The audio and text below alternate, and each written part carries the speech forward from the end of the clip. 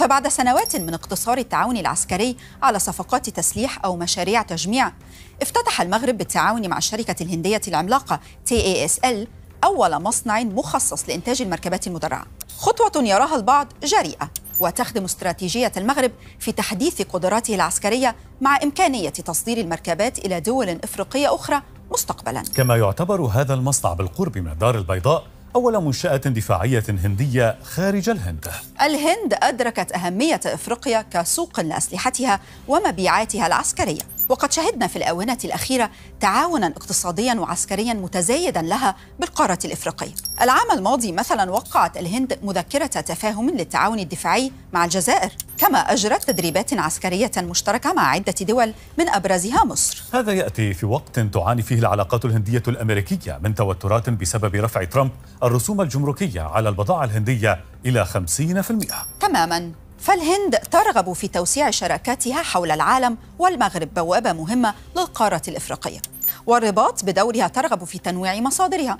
فالمغرب لم يعد يعتمد على السلاح الغربي بشكل رئيسي، بل اتجه إلى دول عدة كتركيا والصين والبرازيل، حتى باكستان الدولة الخصب للهند، وذلك لأسباب عدة، منها عدم فرض تلك الدول شروطاً في الصفقات عكس الولايات المتحدة، بالإضافة إلى الأسعار المعقولة، وأيضاً إمكانية نقل التكنولوجيا وتطوير المهارات المحلية وتشغيل الأيدي العاملة. لكم أن تتخيلوا إنتاج حوالي 100 مدرعة سنوياً هو هدف القائمين على مشروع إنتاج المدرعات، على أن تكون أولى الدفعات جاهزة خلال 18 شهراً من بدء تشغيل المصنع.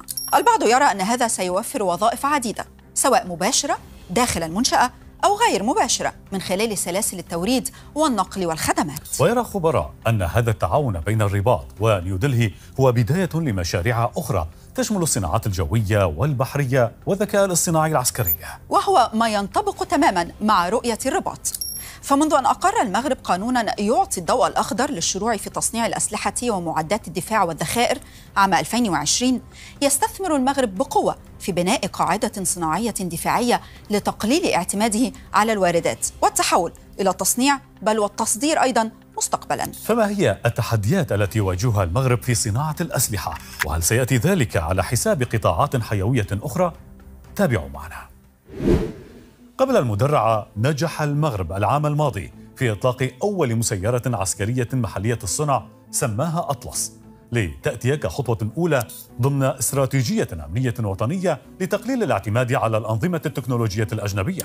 كما أن المملكة بدأت بتنويع مصادر أسلحتها خاصة الدفاعية عبر شراكات عسكرية مع دول كثيرة، وفرضت بعض شروطها على ما يبدو لنقل تصنيع أنواع من الأسلحة إلى أراضيها. وأنشأ المغرب لذلك منطقتين صناعيتين عسكريتين، لينجح في النهاية بجذب شركات عسكرية كبيرة كشركة لوكهيد مارتن الأمريكية، والتي افتتحت أول مصنع لها قبل عدة أشهر في الدار البيضاء لإنتاج أجزاء من طائرات F-16.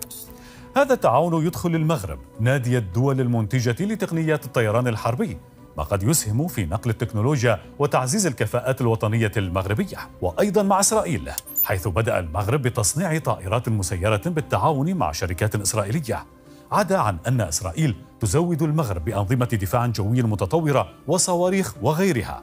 وبدأت إسرائيل تتفوق على شريك المغرب التقليدي فرنسا، رغم أن المملكة تستضيف مصانع أسلحة تابعة لشركات فرنسية، وتعد شريكاً استراتيجياً لباريس في مجال الصناعات العسكرية، بالإضافة إلى تركيا التي تخطط لإنشاء مصنع للطائرات المسيرة في المغرب. كما أن بين البلدين صفقات كبيرة ومتنوعة ما بين المدرعات والمسيرات وأنظمة إلكترونية حديثة. وهناك تعاون عسكري مغربي مع الصين وبريطانيا والبرازيل وإسبانيا، ما بين استيراد وخطط شراكة لصناعة أسلحة متطورة معها.